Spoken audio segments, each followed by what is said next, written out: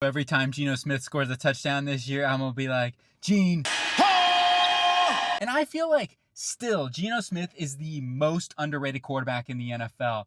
It really astonishes me that he doesn't get talked about within the top 10 quarterback range really as much. And if not, I don't really hear it a lot. And people still think of the Jets days and stuff like that. And as a Jets fan, trust me, we screwed him over. Same thing with Pete Carroll. I love both of these guys, and we're rooting for both of them big time.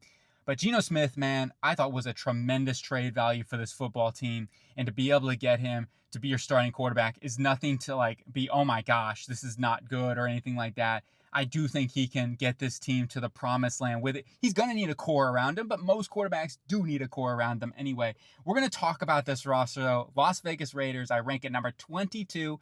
Yeah, it's a little bit low. There's some issues, right? They're going to be going through some growing pains, but after this next season, they have the second most cap space, I believe, after this year. So don't quote me on that, but it's something like that. They've got a lot of money to play with. So it's going to be really interesting this offseason for them. You talk about this offensive line. And the offensive line here, I actually think is going to be an upgrade for Geno Smith, and at least coming from Seattle. And when you look at this offensive line, from top to bottom, I would just say this is a solid group. Now, luckily, your best player, in my opinion, is their left tackle. And that's going to be good to help have Colton Miller, who's a stable player. He's, reliable. He's been durable. He's going to a contract year, so he's going to be trying to prove himself to get one more big contract, hopefully from the Raiders, and maybe keep being a Raider for life. Like, that's going to be big for Colton Miller, and he definitely deserves that. And people will garp on, this or that. Like, he's solid, man. I don't think he's an elite tackle, but he can still move. He can still get on space, and he's a decent run blocker, and he's really improved as a pass protector. Like, that's been the big thing throughout his career trajectory, especially going back to the UCLA days. You got Charles Grant, though, to develop, and that's the thing, because they did draft Charles Grant. I wonder if and I really love Charles Grant. Like, I was super high on Charles Grant coming out of the draft. To me, he is a guy to keep a close eye out on in training camp battles and in the preseason especially. Not saying he'll beat out Colton Miller, but he's a guy to me that competes with DJ Glaze. And Glaze was good in his rookie year. I mean, I list him as a starter. He's a fringe guy for me. I want to see him how he looks into year number 2. Thayer Munford can play inside out, so he's going to be a swing man there. Their tackle position, I rank at number 19. It just comes down to how good does DJ Glaze look, and if he struggles, then that definitely lowers the ranking down. But it's a solid group, and that's really what I'm going to stay with this whole offensive line, is it's really in the mid-pack. It's not going to harm them. I don't think it's going to be the Eagles and be an advantage for them versus most teams or anything like that, but it should be a solid unit. It's not going to really get in their way, as long as they stay healthy, of course, and you could say that about any unit. Interior offensive line, I rank 19th for the guard position and 16th for the center position. Guard-wise, they don't have a superstar here, okay? They have solid guards. Caleb Rogers, third-round selection. Let's see how he develops, right? He's a guy with a lot of athleticism and upside. You got Alex Kappa bringing a veteran presence. He might end up starting over Jordan Meredith or even Dylan Parham. It's just going to kind of come down to those training camp battles. I know he's listed right now as the starter. I do like Meredith a little bit more personally. I thought he was solid for them in down the stretch. He looked good. I didn't see him getting beat a whole ton just watching the games. I haven't watched a ton of just strictly one-on-one with Jordan Meredith, but just watching all the games for the Raiders last season, I thought Meredith was solid. And then Parham struggled. I mean, when I saw most of the losses, I thought Parham and Jackson Powers-Johnson. Now, Powers-Johnson I like. I've watched a lot of one-on-one, and he's going to be a guy going to year 2. I think he's going to get tremendously better and I think he'll be a top 15 possible center this season. I know I ranked the 16th, but I do think he could easily be a top 10 center after this season. He's just got so much upside, man. So this interior in general, I think is very, very solid. You got some depth. You got some guys who can move around too, and Parham could even move into center if they have some injuries. They can figure some things out there. It's not a spectacular group. It doesn't get me on my feet, but I think it's a very good one. And then on to this wide receiving core, which I do rank last. I know it's a little tricky. There's just a lot of unprovenness here in this wide receiving room, if there's any other way to state it. I mean, I love Jacoby Myers. It was awesome last season. I think he'll be even better this year. And then you look at the unprovenness, as I was mentioning. Jack Besh. You got Trey Tucker. You got Dante Thornton Jr. Colin Johnson's like a big red zone guy who can block. Maybe can be a little bit of somewhat of a Jake Bobo, I guess, from Seattle for this offense. And then you got Tommy Mollett, going to be like a Taysom Hill in the NFL. I can't wait to see touchdown Tommy. Montana State, what did they get him in the 6th round or something like that? Yeah, that's going to be a really, really, I can't wait. How they're going to use him as a rookie and going forward. He's so quick. Oh my gosh. And obviously he can be a jack of all trades, special gadget guy for this offense. But Thornton, I hear, is the starter right now listed. So I don't know, man. It's going to be really fun to watch with his vertical speed. He could be the DK Metcalf in this offense for Pete Carroll and for Chip Kelly. But Besh, really solid player. I mean, just feel like he's going to be a good number 2, number 3 wide receiver in the NFL. Trey Tucker, another guy I can't wait to see this year. How Geno Smith is going to get him the ball down the field like a Tyler Lockett for him in that offense. So I really am excited about the receiving core. It's just so unproven. And I keep saying that word, but it is what it is. Right now, it's just really unproven besides Jacoby Myers. And that's why they're ranked number 32 in the NFL. Tight end wise, Brock Super Bowers, right? Super Bowers, super powers. Michael Mayer at number 2. It's definitely a scary unit. I think it could be the best unit in the NFL if Michael Mayer takes that next step. And Brock Bowers doesn't need to take another step. He just needs to be looking like he did in his rookie year and going forward. And there's going to be a really, really good tight end room. Ian Thomas, I expect to make the roster. Justin Shorter, I think he ends up making the roster there. We'll see how many tight ends they keep, but I'm going to guess Chip's going to keep around 4. So that would be my ultimate guess here, is those 4 guys end up making the roster at the tight end room. Running back position. We don't need to guess who's the starter here. We all know who's the starter here. It's Zamir White, right? Yeah, no. But yeah, obviously Ashton Jeanty, the boulder. And he is unbelievable. I mean, what else is there to say? I think 10th could even be low for this ranking very easily. I think he'll be a top 5 back after this, barring injury and whatnot. I think Ashton Jeanty is a top 5 back already in the NFL. The dude will be a superstar.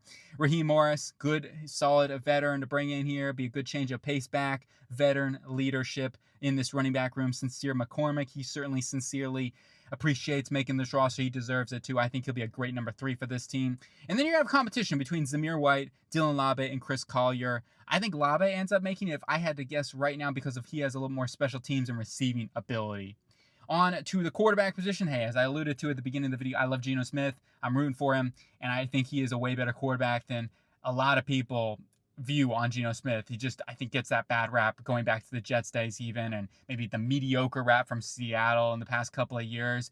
You look at that team, though, and there were a lot of deficiencies with protecting Geno Smith in that offensive line. And it's not always, like, you can't blame everybody else. You have to elevate, and I understand that. Can Geno Smith elevate and get this team to a Super Bowl? Like, that's something to be questioned. And I do think there's going to be a bit of a process for this Raider team. It's not going to be all sunshine and roses. But I do think Geno Smith is way better overall as a quarterback than people give him credit for. You got AOC. You got Cam Miller, who they drafted late on day 3. Expect him to be maybe the long-term backup potentially, but I think he'll be the number 3 here with AOC as the solidified backup. Defensively wise, we look at this defensive line and it has a little bit of an absence, right? But at the same time, does it really matter? I mean, Christian Wilkins wasn't playing much for this team. When he played 5 games, he made like $50 million for 5 games, so $10 million a game, which is quite ridiculous, unfortunately, right? But that happens, it always happens sometimes, and they had to let him go and lose that. But you look at who is available now in this interior defense line, which I ranked 27th in the NFL. It's still not the worst in the NFL. And the reason why I say this, like, you have some proven guys. I like Jonah Lalu as well. I think Lalu is a guy that, as a rookie, looked really good. He looked explosive. He's a guy that, if he can get a little more powerful and well-rounded into his game, I think he could be a really good disruptor for this football team. Adam Butler, proven, right? He's a solid defensive tackle. Not a leader or anything like that, but knows how to play football, can play on early downs, and be a good run defender. Leaky Fotu, a lot of upside as a nose tackle. Really the one nose tackle that they have, other than Kendra Corbin. Like, those are your 2 nose tackles. Maybe they compete for roster spots, but I think Fotu has the edge there. Carter, Hemingway, and Pegues certainly competing for more of a rush specialist role, I'm guessing. Hemmingsworth and Pegues, with being rookies, have some upside, and I do think they both end up making the roster there. I do like Pegues, and he's another guy that could be a little bit of a fullback hybrid for the football team. Edge. You look at this edge room, it starts with Mad Max Crosby. You got Malcolm Kuntz. If he's healthy this season and looks good, this is a really good edge room, man. Especially going back to 2023, like, these guys on the field together, it was scary, man. It was really, really good. So those 2 guys healthy, that's a really good 1-2 punch. And we're waiting to see Tyree Wilson. Like, that's the big thing. There are a lot of good reports coming out of camp, but, that's how it always goes, it seems like. Wilson, though, playing on the inside, he's going to play a good amount there, I would imagine, for Pete Carroll in this defense. So, our Patrick Graham, should I say, is the defensive coach. And over than that, though, you got Charles Shoden going to be competing with Jaw Joyner. I like Joyner. He's just a little raw with his hand technique, but he's got a lot of upside. He's got good size, good length, and some good athleticism. And we'll see how he develops. But he's going to be competing, I would imagine, for a roster spot, depending if they keep 5 edge rushers or 6 or 4 even, who knows. Next up, we got the linebackers. I actually think this is a better position than maybe some would say. I rank him as 23. And then on paper, it's not perfect. This linebacking core, especially last season, struggled immensely. It's an all-new look here for them. You got Eldon Roberts. Roberts is a sneaky player. I mean, he's not elite, but he's a solid linebacker. Like, he's your Mike. He's going to be that dude in the middle he's going to be that dog in the middle. And then you got Jermaine Pratt, solid weak side linebacker. I'm not huge on Jermaine Pratt. I thought he was a little bit bad this past season, but he could bounce back, right? And he's trying to prove himself. He's in a contract, it's a 1-year deal. And then you got Devin White's going to be trying to make the roster position. He's going to be that hybrid blitzer. You got Tommy Eichenberg, the Eichenberg man, as I call him, but he's going to be like competing with Cody Lindenberg, it was a 7th round pick, I believe, out of Minnesota. And he's going to be like those guys are like your Sam, your guys. You got Jamal Adams going to be like a hybrid. I list Jamal Adams at linebacker. I feel he's going to play a lot of linebacker, and that's kind of what he is in general. I'm guessing he ends up making the roster, though, especially with the connection, Pete Carroll and whatnot. Amari Gaynor, he's another, weak side linebacker to me, especially if you're Jermaine Pratt who gets injured. Watch out for Amari Gaynor. We'll see if he makes the roster. There's a lot of guys. Jalen Smith could end up making this roster, too. But Gaynor has some good coverage upside to his game and some athleticism to watch out for. So in general, this linebacking core, even though they don't have a superstar, it's pretty well rounded with versatile skill sets that they're going to be able to use, and I think they'll get the best out of Patrick Graham and Pete Carroll. On to the cornerback room. This is a concern for me, okay? I'll be real. It's a concern for me. I rank him at 31st, and even though I have the wide receiving core as the only other position that's ranked worse on this roster, I might actually be a little bit more concerned about the cornerback position than the wide receiver position. I don't know. It's neck and neck for me.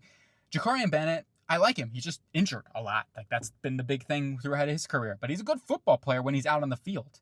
You got Eric Stokes. He's been, a little bit, he's limited, right? But in this, if you're losing him on a vertical track, he's better in that. He just really struggles changing direction, quick in-breaking routes. I feel like he gets beat a lot there. Darnay Holmes. Thomas Harper, a guy that I really like coming out of Notre Dame. He looked good last year, too, for the Raiders and limited capabilities. Only played, a little over 100, 200 snaps, something like that. I thought Harper was really good, and going back to his Notre Dame game days where he played in the slot, I really liked his tape there, and I think he's a dude that could play a little bit at safety. I put him as a safety here, but just because that's where he played last year, new team, so it's going to be something where maybe they put him back in the slot. Who knows how they're going to use him? Maybe they'll use him a little bit of both roles. Jeremy Chin is another guy that could end up playing both roles for them. So I don't know. I just list Darnay Holmes as a starter right now. I would fully suspect that they're going to rotate guys in, whether it's certain packages, Jeremy Chin, Thomas Harper, you name it, they'll get that all worked out.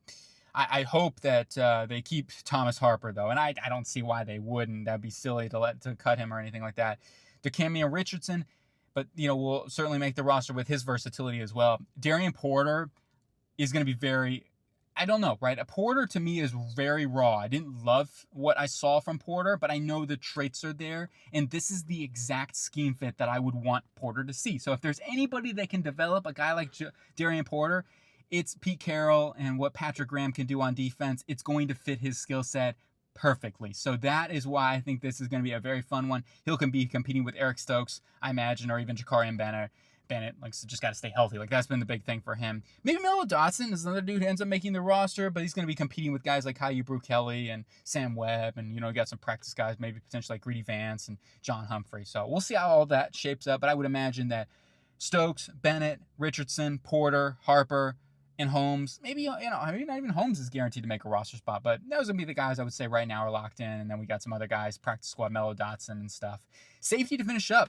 Watch out for Isaiah Pola-Mao. I think this could be his breakout year. I mean, he was good last year. I mean, he was really, really good, and another guy that's kind of not being talked about. Yeah, he's Troy Polamalu's nephew, so that'll get talked about, but he's such an instinctive guy, man. He doesn't have, insane athleticism, but just like Troy, he's not as instinctive. Troy was on a different level when it comes to that. Troy he smelt the football and he's like, okay, before the play even happened, oh, that's going there, right? He just knew exactly where Troy Polamalu. I still remember what was the Tennessee game where he jumped over the line before it stopped. I think that was insane. It stopped him. That's one of my favorite plays, actually, of all time, football-wise. I remember that was just insane. So, but with going back to the Raiders here, Isaiah Pola-Mao, this could be a big year for him. I think, with that extension, he just got a couple of years. It's worth it, especially on the cheap. The dude is a really good football player, and I can't wait to see what he brings here. And then you got Jeremy Chin, good solid football player once again, and it's going to be a good scheme fit for Patrick Graham and this defense. Thomas Harper, I list him, as I mentioned earlier, at safety and at corner. And then you're going to have some guys. I think Lonnie Johnson makes a roster spot. He's going to give you special teams ability. He also gives you versatility to play corner. So my guess would be those 4 guys for sure make the roster. And then you have a competition between JT Woods, Trey Taylor, Hudson Clark, and Chris Smith. On to the coaching staff, I rank 8th in the NFL. I love Pete Carroll. I've mentioned that already. I'm a huge Pete Carroll fan, and I think he's going to turn this team around at some point, right? I mean, he does not look like he's in his 70s at all. I would guess personally he's like in his 50s with the amount of energy he has out there running up down the sidelines. He has more energy than I do. I mean, the dude, I think I'd be like huffing puffing, give me some oxygen. Hey, give me some of that oxygen. But overall, like, Pete Carroll's a beast. You got Patrick Graham, solid defensive mind. Chip Kelly's going to be the interesting one, right? I'm very curious to see how Chip Kelly does with this offense. So that's going to be the wild card on this football team, is how does Chip Kelly revoke some of this scheme and how does things work? You know, they're going to run the rock, though. I'll tell you that right now. They are going to run the rock. And lastly, I want to mention their record prediction. I have them going, drum roll, that's a terrible drum roll, 7-10 here, just above the Cardinals. I think this is going to be a growing season for them. I don't really see it as a really competing season, like in terms of like Super Bowl or anything like that. There's just too many holes, whether it's receiving core, developing some of that, the corner position, the defense line question marks and stuff like that. It's just going to see how things come together. And this is going to be something for Pete Carroll to give him a little bit of time. He's going to need that in his first year, even though I know he's going to be able to hit the ground running and everything like that. But ultimately, I do think it's going to be like Sean Payton, what he did last season. That's a little bit of the upside and what he could bring. I still think it's a playoff caliber team.